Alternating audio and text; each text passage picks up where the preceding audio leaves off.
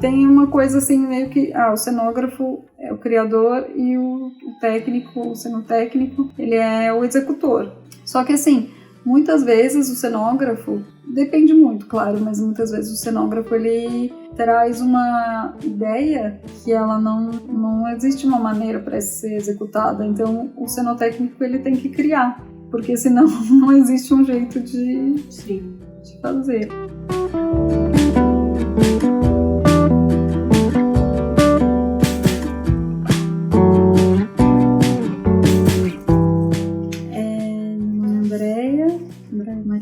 Tenho 34 anos, fiz faculdade de desenho industrial, né, design gráfico, e aí eu comecei trabalhando com desenho para estamparia, então eu fazia muita coisa à mão, então eu desenhei muito, trabalhei muito com pintura, foram 12 anos aproximadamente, e aí nesse meio tempo eu fui fazendo curso de pintura, de escultura, aí eu conheci pessoas da pintura que faziam trabalho para cenografia, e aí eu fiz um curso com uma pessoa que era um curso de pintura e escultura, mas era uma pessoa que pintava cenários, e aí eu comecei a me interessar muito, fiquei perguntando, procurando mais informações, e aí eu já tinha visto o SP, tinha interesse em estudar mais. Eu comecei a conhecer as pessoas e aí eu queria trabalhar com pintura, fui pegando um contato, outro. Meus pais também sempre me incentivaram, né? Sempre existe aquele medo, assim, de mas você vai fazer essa faculdade, mas isso daí, não dá dinheiro. Existe sempre essa coisa, que a arte não é um trabalho, não é uma fonte de renda, não existe essa coisa, né, que as pessoas pensam. Tem isso, eu sempre vi meu pai fazendo muitas coisas manuais, eu acho que isso daí me influenciou muito, assim. Eu acho que as duas áreas que eu trabalhei, elas têm bastante espaço para muita gente. É um mercado muito amplo, eu acho. A gente começa vendo o projeto, junto com as pessoas que vão construir, até para entender os materiais. A gente tem essa conversa, isso aqui eu posso construir de madeira, posso construir de ferro, a pintura fica melhor como? E aí a gente vai conversando, e aí a gente começa a ver o que tem, tudo que vai ter.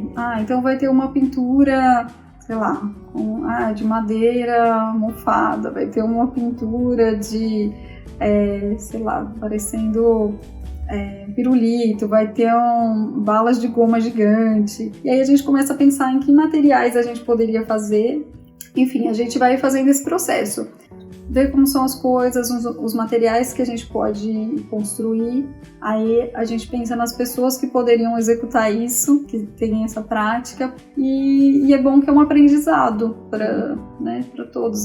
O mais interessante é que a gente consegue juntar pessoas com diversas experiências. Então, as pessoas que, sei lá, de repente tem isso que elas podem passar para as outras, e as outras têm uma experiência de, sei lá, de fazer uma pintura fingindo que é cimento, que é tijolo, que é sei lá o quê, e aí a gente troca, né? Sempre tem essa troca.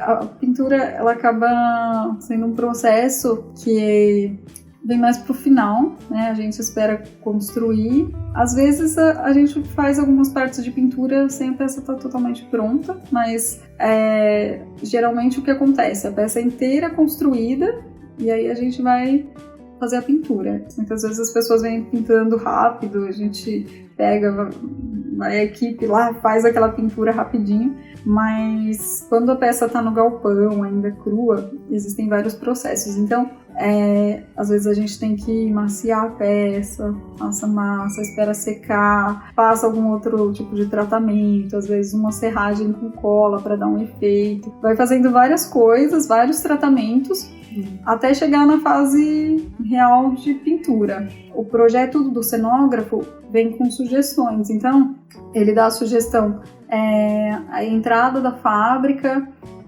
parecendo cimento, envelhecido, ou tenha, enfim. Aí a gente já pensa numa maneira, como que a gente vai fazer um cimento, uma cara de cimento velho, essa coisa, aquela aspereza, né, uma coisa rústica. Então, aí a partir disso, aí a gente pensa nos materiais, no que a gente vai usar. Ainda que a cenografia seja uma coisa mais rápida, não precisa ser uma coisa assim, super realista, com os traços, com os detalhes. Eu vejo meio que como um quadro gigante, né?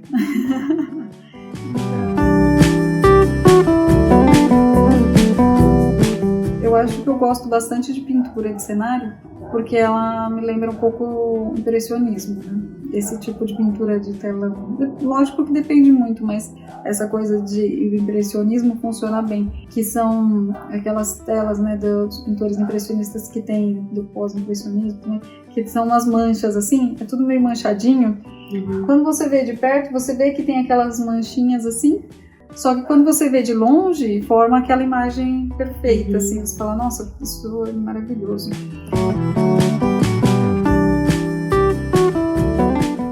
Para mim, eu tenho a impressão que a iluminação e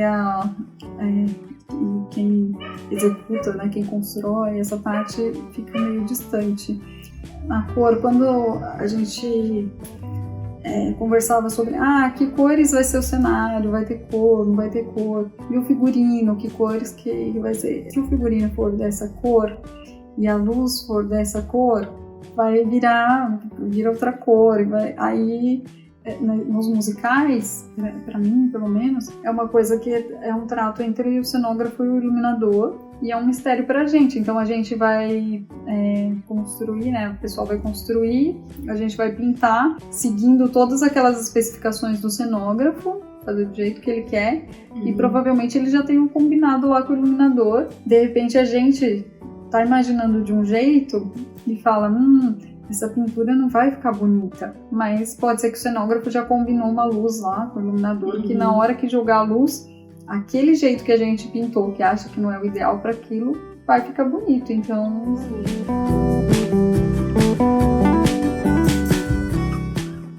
quando a gente vai pintar, é importante ter essa noção do artístico, porque senão eu vou pensar numa pintura e aí pode ser que eu vou fazer a luz no lugar errado, a sombra no lugar errado. Existe um pouco de receita para fazer as coisas, né? Sei lá, você vai fazer um mofo, a madeira, o tijolo, um enferrujado. Existem técnicas, assim, tem algumas variadas para o final chegar no mesmo resultado. Então nessa parte tem a técnica, você tem que saber, mas por outro lado tem que ter esse artístico, né? Tem muitas profissões que elas antigamente não tinham formações, então as pessoas que existiam dessa área, que já tinham muitos anos de experiência, que eram conhecidos, elas eram pessoas sem formação. Elas foram aprendendo porque elas foram fazendo e foi isso. Então, eu vejo isso como que muitas profissões têm. Eu acho que foi crescendo, então as pessoas vão vendo essa necessidade, porque por mais que você saiba fazer na prática, é importante que tenha um conhecimento, uma bagagem artística, uma bagagem mais, uma coisa teórica. Eu acho que ia agregar ainda mais para eles, se atualmente com a experiência que eles têm, eles pegassem um pouco mais de repente, uma bagagem artística que eles não têm. E aí, pra gente que chega com conhecimento teórico, é que é o contrário, tem que ter essa troca, eu acho. Porque quem chega agora da formação da escola tem a experiência prática, assim, super pequena. Então, tem que adquirir esses conhecimentos práticos do fazer mesmo, e aí eu acho que talvez uma troca, eu acho que isso é importante.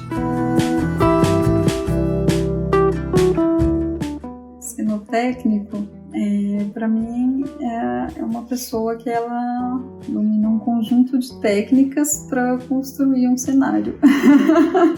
Assim, de forma bem resumida, eu acho que é isso.